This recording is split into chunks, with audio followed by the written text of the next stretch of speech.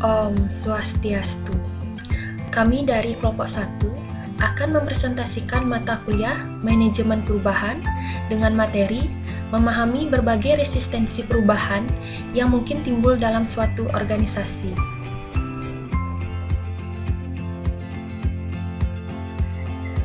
Adapun anggota kelompok 1 yaitu yang pertama Niputu Wiwi Sitiari, yang kedua Kadek Yusanta Nugraha, dan yang ketiga Nikadek Surasmini.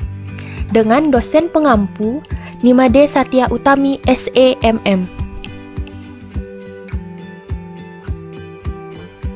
Berikut adalah pokok pembahasan yang kami paparkan, yaitu yang pertama, pengertian resistensi, yang kedua, bahaya resistensi, yang ketiga, alasan resistensi, yang keempat, tingkatan resistensi pada individual maupun organisasi, dan yang kelima, mengatasi resistensi. Saya akan menjelaskan pembahasan yang pertama, yaitu mengenai pengertian resistensi. Resistensi merupakan suatu kondisi di mana kondisi tersebut menunjukkan sebuah sikap untuk berperilaku bertahan, berusaha melawan, menentang, atau upaya oposisi. Pada umumnya, sikap ini tidak berdasarkan atau merujuk pada paham yang jelas. Resistensi sering terjadi karena eksekutif dan pekerja melihat perubahan dari sudut pandang yang berbeda. Saya akan menjelaskan materi mengenai bahaya resistensi. Adanya resistensi terhadap suatu perubahan dapat dikatakan sebagai suatu hal yang sangat berbahaya, karena resistensi memiliki sifat-sifat sebagai berikut. Yang pertama, resistensi bersifat menjalar atau menular. Cukup hanya memilih satu orang ditakuti terhadap perubahan dan menyatakan ketakutan mereka kepada kawan-kawan sekerja, dan sebelum Anda menyadari telah berkembang seperti kebaran api. Yang kedua, resistensi bersifat melumpuhkan. Jika karyawan dipaksa bahwa tidak terdapat alasan untuk melakukan perubahan tertentu, maka tidak akan mendapatkan manfaat dari suatu pelatihan. Yang ketiga, resistensi bersifat merintangi dengan maksud membuat perubahan terlaksana. Misalnya, bawahan memerlukan peralatan baru. Untuk memungkinkan mereka menyiapkan peralatan baru, maka harus dipesan dan dikirimkan. Alasan resistensi. 1. Kecenderungan individu terhadap perubahan. 2. Terkejut dan takut atas sesuatu yang tidak diketahui. 3. Iklim ketidakpercayaan. 4. Kekuatan akan kegagalan. 5. Hilangnya status atau keamanan kerja. 6. Tekanan kawan sekerja. 7. Gangguan tradisi budaya atau hubungan kelompok. 8. Konflik kepribadian. 9. Kurangnya kebijaksanaan atau waktu tidak tepat. 10. Sistem penghargaan tidak memperkuat. 1. Kecenderungan individu terhadap perubahan. Kecenderungan ini sangat bersifat pribadi dan berakar mendalam. Hal ini merupakan hasil pertumbuhan tentang bagaimana seseorang belajar mengendalikan perubahan dan ambiguitas. 2. Terkejut dan takut atas sesuatu yang tidak diketahui. Hal ini terjadi jika perubahan inovatif dan radikal diperkenalkan tanpa pemberitahuan, mempengaruhi pekerja menjadi ketakutan atas implikasinya. Oleh karena itu, direkomendasikan untuk menunjuk manajer masa transisi yang bertanggung jawab membuat semua kelompok yang relevan mendapatkan informasi secukupnya. 3. Iklim ketidakpercayaan. Manajer yang mempercayai pekerjaan membuat proses perubahan terbuka, jujur, dan bersifat partisipatif. Sebaliknya, pekerja yang mempercayai manajemen lebih suka berusaha ekstra dan mengambil kesempatan dengan sesuatu yang berbeda. 4. Kekuatan akan kegagalan. Mengintimidasi perubahan pada pekerjaan akan menyebabkan pekerja meragukan kapabilitasnya. Keraguan diri mengikis rasa percaya diri dan melumpuhkan pertumbuhan dan pengembangan pribadi. Ketakutan ini dapat menurunkan kinerja organisasi. 5. Hilangnya status atau keamanan kerja. Perubahan administratif dan teknologis yang mengubah basis kekuasaan atau mengurangi pekerjaan mendorong resistensi sangat kuat. Kebanyakan restrukturasi korporat menyangkut pengurangan pekerjaan manajerial. 6. Tekanan kawan sekerja.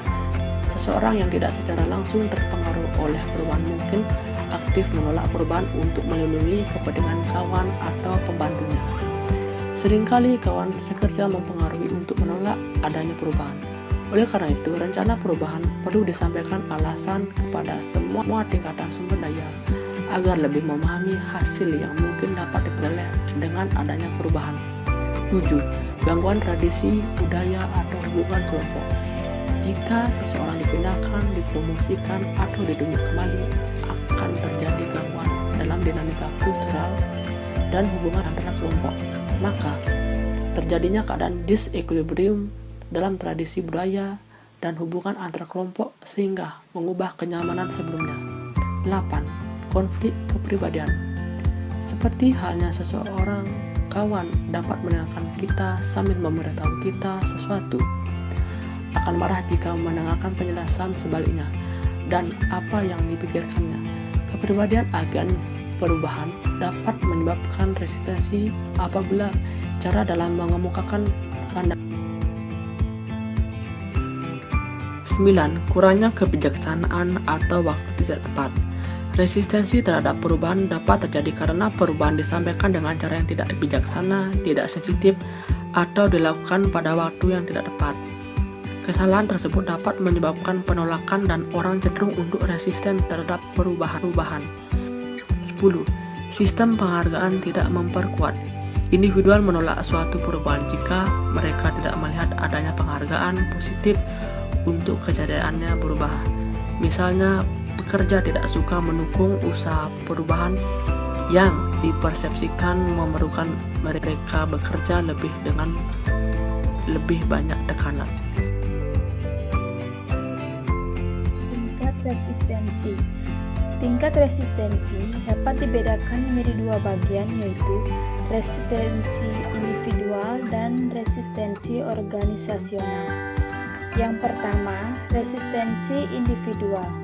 Terdapat beberapa faktor pendorong bagi timbulnya resistensi individual dalam organisasi, yaitu yang pertama, ketidakamanan ekonomis, yang kedua, ketakutan atas hal yang tidak diketahui, yang ketiga, ancaman pada hubungan sosial, yang keempat, kebiasaan, yang kelima, kegagalan kebutuhan untuk berubah, yang keenam, proses informasi selektif, yang ketujuh, kecenderungan individu, yang kedelapan, iklim ketidakpercayaan, yang kesembilan, ketakutan akan kegagalan, yang kesepuluh, konflik pribadi, yang kesebelas, kurangnya kebijaksanaan dan waktu tidak tepat, dan yang terakhir, sistem penghargaan tidak memperkuat.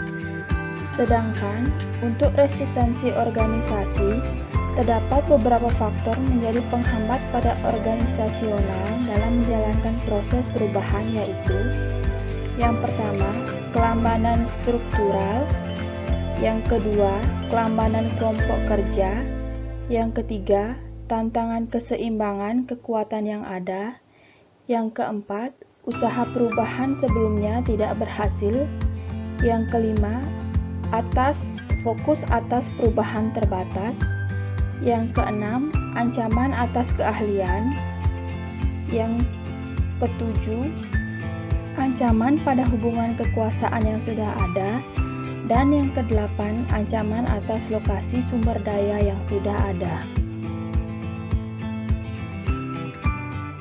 Mengatasi resistensi.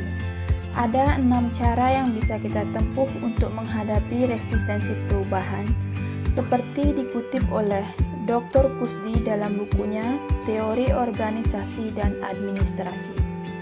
Yang pertama, pendidikan, komunikasi, sosialisasi, di mana diperlukan ketika terdapat kesenjangan informasi, misinformation, beredar informasi-informasi yang tidak akurat tentang program perubahan atau kurangnya informasi yang diterima.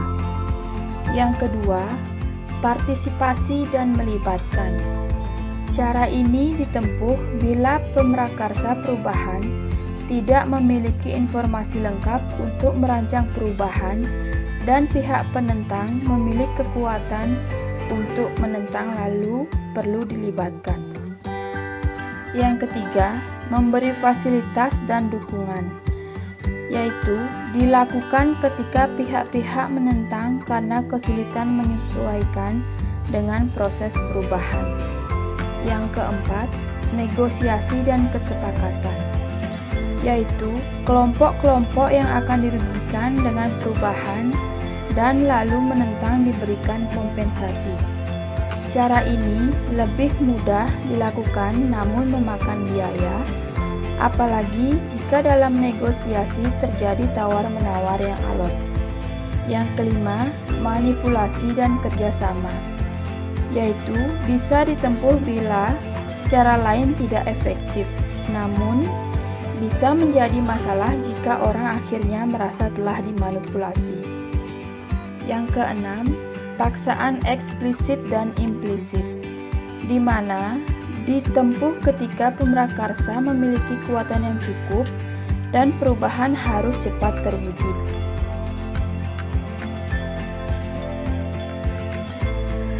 Berikut ini adalah sesi tanya jawab. Adapun 3 pertanyaannya sebagai berikut. Yang pertama, faktor apa saja yang menjadi penghambat pada organisasional dalam menjalankan proses perubahan? Berikan salah satu contoh dari faktor yang Anda sebutkan. Yang kedua, menurut kalian, bagaimana ciri-ciri organisasi dikatakan berhasil melakukan perubahan? Yang ketiga, pernahkah Anda mengalami tekanan kawan sekerja dalam adanya rencana perubahan? Jika ada, coba jelaskan pengalaman Anda. Sekian presentasi dari kelompok kami. Akhir kata kami tutup dengan Paramasanti. Om Santi Santi Santi Om.